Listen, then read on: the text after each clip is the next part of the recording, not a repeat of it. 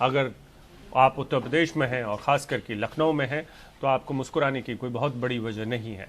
और ऊपर से हम आपको सन अस्पताल का हाल बता रहे हैं, जहां पर ऑक्सीजन की किल्लत अगर बताई गई है अस्पताल की तरफ से तो उसके खिलाफ पुलिस ने एफआईआर दर्ज कर दी। मामला यहीं नहीं रुका है। आप देखिए कि ये सब कुछ तब हो रहा है जब सुप्रीम कोर्ट ने खुले तौर पर कहा था कि जो लोग सोशल मीडिया पर अपनी बात रखेंगे ऑक्सीजन को लेकर या मदद मांगेंगे उनके खिलाफ कोई भी कार्रवाई नहीं की जा सकती। अगर ऐसा किया जाएगा तो अवमानना का केस चलेगा। लेकिन शायद इससे जो लखनऊ का प्रशासन है और यूपी की सरकार है उसे कोई फर्क नहीं पड़ता है। सन अस्पताल ने अब हाईकोर्ट में एफआईआर को चुनौती दी है।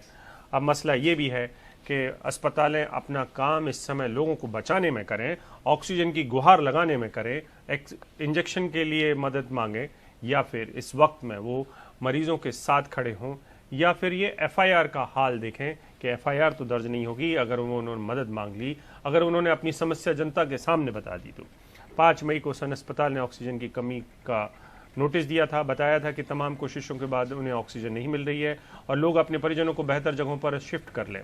यूपी पुलिस ने इस आधार पर एफआईआर दर्ज की। पुलिस का आरोप है कि नोटिस का मकसद अफवाह फैलाना और कालाबाजारी को बढ़ावा देना है। पुलिस का कहना है कि उसकी जांच में अस्पताल में पर्याप्त ऑक्सीजन सिलेंडर पाए गए। अस्पताल इस एफआईआर को कोर्ट में चुनौती देने की बात कर रहा है।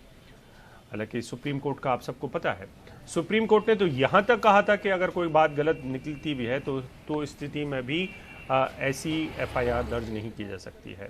ये सब तब हो रहा है जब हर दिन सुप्रीम कोर्ट के द्वारा दी गई गाइडलाइंस, उनके द्वारा दिए गए आदेश को बताते हैं टेलीविजन पर।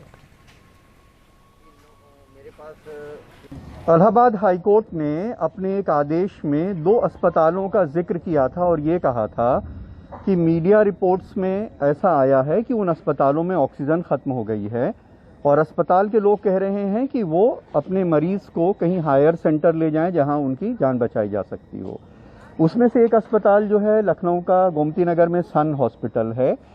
अब प्रशासन ने इसके ऊपर एफआईआर कर दी है। प्रशासन का ये कहना है कि उनके पास ऑक्सीजन थी लेकिन उन्होंने ये गलत बयान दिया जिससे पैनिक पैदा हुआ और ये पैंडेमिक एक्ट का उल्लंघन है। हमारे साथ सन हॉस्पिटल के मैनेजर अखिलेश पांडे जी हैं। क्या स्थिति थी हम आपसे जानना चाहते हैं कि कितने सिलेंडर थे, कितने मरीज थे, क्या ये प्रशासन की बात सही है कि ऑक्सीजन था लेकिन आपने गलत बयानी की? सर मेरे पास उस दिन 3 तारीख को 38 मरीज थे जिसमें सारे मरीज ऑक्सीजन पे थे और मेरे पास 80 सिलेंडर का बैकअप है। 2 तारीख को जब मेरे पास 40 सिलेंडर बचे तो मैं बराबर प्रशासन को ऑक्सीजन ग्रुप इनका बना हुआ है तो उस पर मैसेज करते रहे कि मेरा 40 सिलेंडर 3 तारीख तक प्रोवाइड कराते रहे, नहीं तो 9 बजे ऑक्सीजन मेरा मॉर्निंग में 9 से 10 बजे के बीच में ख़त्म हो सकता है।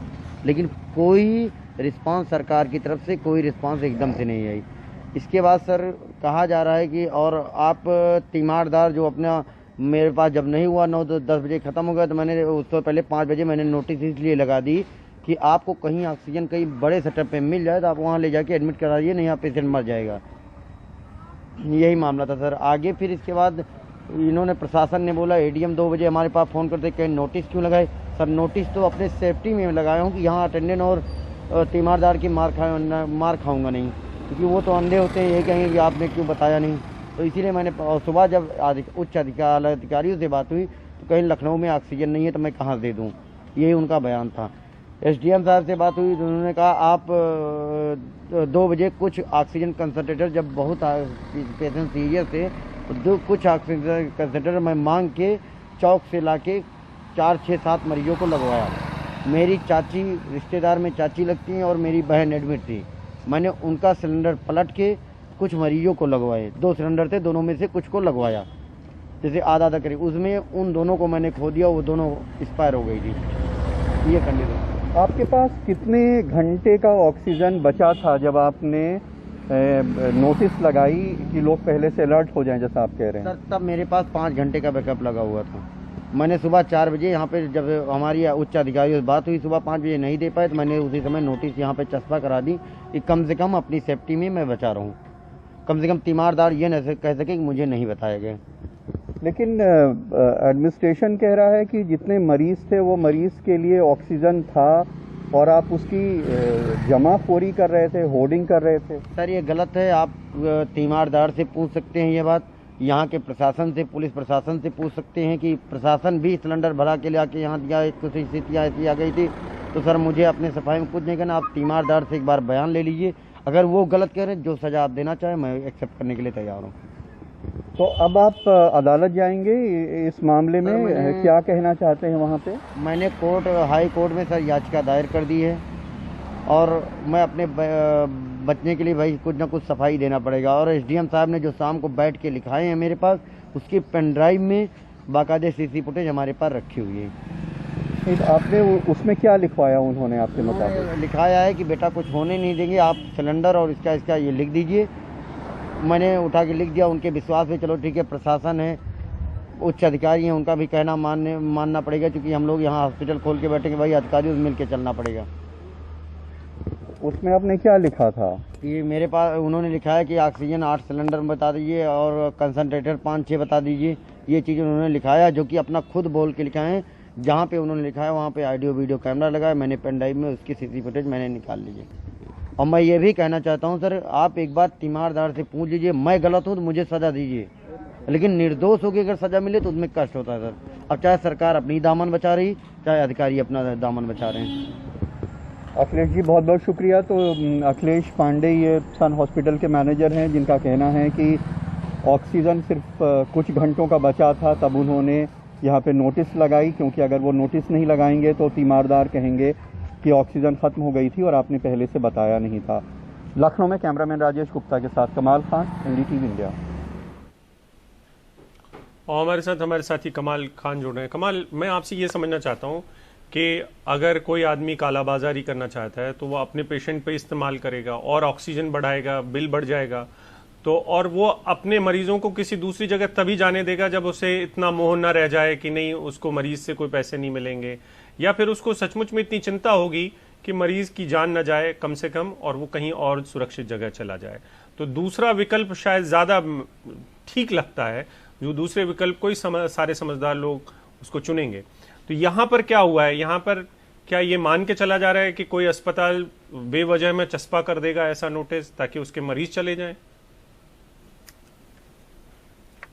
देखिए, जो एफआईआर लिखाई गई है उसमें कहा गया है कि उन्होंने पैनिक क्रिएट किया और पैंडेमिक एक्ट का उल्लंघन है, और उनके पास जितने मरीज थे उतने मरीजों के लिए पर्याप्त सिलेंडर था, लेकिन उन्होंने गुमराह किया ऐसा करके, और उनकी मंशा होर्डिंग करने की थी। लेकिन हमने अखिलेश पांडे से बात की तो हमसे कहने लगे कि देखिए ऐसा है कि मैं सिलेंडर तब नहीं मांगूंगा जब मेरे अस्पताल में सारे सिलेंडर खत्म हो चुके होंगे, क्योंकि अगर सारे मरीज ऑक्सीजन पे हैं और सारे सिलेंडर खत्म होने के बाद मैं नोटिस लगाऊंगा तब तो सारे मरीज मर ही जाएंगे जो ऑक्सीजन सपोर्ट के ऊपर जिंदा हैं। तो मैं ऑक्सीजन तब मांगूंगा जब हमारे पास ऑक्सीजन बचा हुआ है कुछ घंटे का, या इतना कि मैं किसी से मांगूं उतनी देर में वो प्रोवाइड करे। ऑक्सीजन कहीं प्लांट से आता है, कहीं गाड़ी जाती है, मान लीजिए अधिकारियों से सिफारिश की गई, उन्होंने कुछ प्रबंध किया, वहां से आने में अस्पताल में समय लगता है। वो कह रहे हैं कि मैं इस वक्फे को ध्यान में रख के हम लोग SOS नोटिस भेजते हैं, अलर्ट भेजते हैं कि उतनी देर में प्रबंध हो जाए ताकि मरीज जिंदा रहे। तो ये कहना कि वो होर्डिंग कर रहे थे, उनका कहना है कि ये गलत है। वो कह रहे हैं कि हमसे जो किसी अधिकारी ने कहा कि आप ये बयान दे दीजिए, लिख दीजिए, मैंने वो बयान दे दिया है, लेकिन बहरहाल उनके ऊपर एक FIR करा दी गई है। अब इसको वो हाईकोर्ट में उन्होंने चैलेंज किया है। वो चैलेंज शब्द नहीं इस्तेमाल कर रहे, वो कह रहे हैं मैं अपनी जान बचाने के लिए तो जाऊंगा ही, क्योंकि अगर ये कहा जाएगा कि मैं होर्डिंग कर रहा हूं और इस वजह से मैंने गलत अफवाह फैलाई है, मेरे ऊपर मुकदमा होगा, तो मैं अपने बचाव में अदालत में जाऊंगा। तो अब अदालत में उनका केस लगेगा तो कोर्ट इस बारे में फैसला करेगी कि जो। जी हाँ, मैं आपसे ये समझना चाहता था कि ये एक मैनेजर के ऊपर FIR है या फिर उस अस्पताल को चलाता कौन है? क्या इस अस्पताल को चलाने वाले डॉक्टर हैं? अक्सर डॉक्टर ही अपनी अस्पतालें बनाते हैं ऐसी, तो क्या इससे वो डॉक्टर प्रभावित नहीं होंगे जो इस समय तीमारदारी में या मरीजों की सेवा में लगे हुए हैं?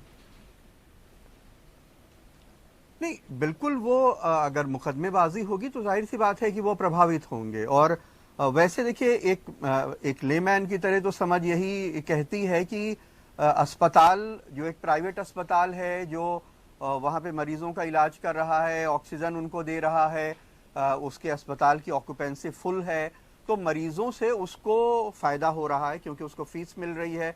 और रोज़ाना आईसीयू बेड के जो भी चार्जेस होंगे, जो भी दवाओं के चार्जेस होंगे, प्राइवेट अस्पताल में सरकारी से कुछ ज़्यादा हो सकते हैं, वो वहाँ पे ले रहे होंगे। तो वो अस्पताल वैसे कभी नहीं चाहेगा कि उसके मरीज़ जो हैं अस्पताल से चले जाएं। उनसे भी भले ये भी अस्पताल सेवा करना भी है और एक कारोबार भी है, क्योंकि वो जान बचा रहा है, लेकिन वो जान बचाने के बदले में उसको फीस मिल रही है। तो शायद वो ये नहीं चाहेगा, और कोई भी डॉक्टर या कोई भी अस्पताल नहीं चाहेगा कि वो इस तरह के मुकदमेबाजी में फंसे। लेकिन बहरहाल अब मामला अदालत में है और अदालत ही ये तय करेगी कि पुलिस सही कह रही है या अस्पताल सही कह रहा है। जी बिल्कुल, बहुत बहुत शुक्रिया कमाल आपका इस पूरी जानकारी के लिए।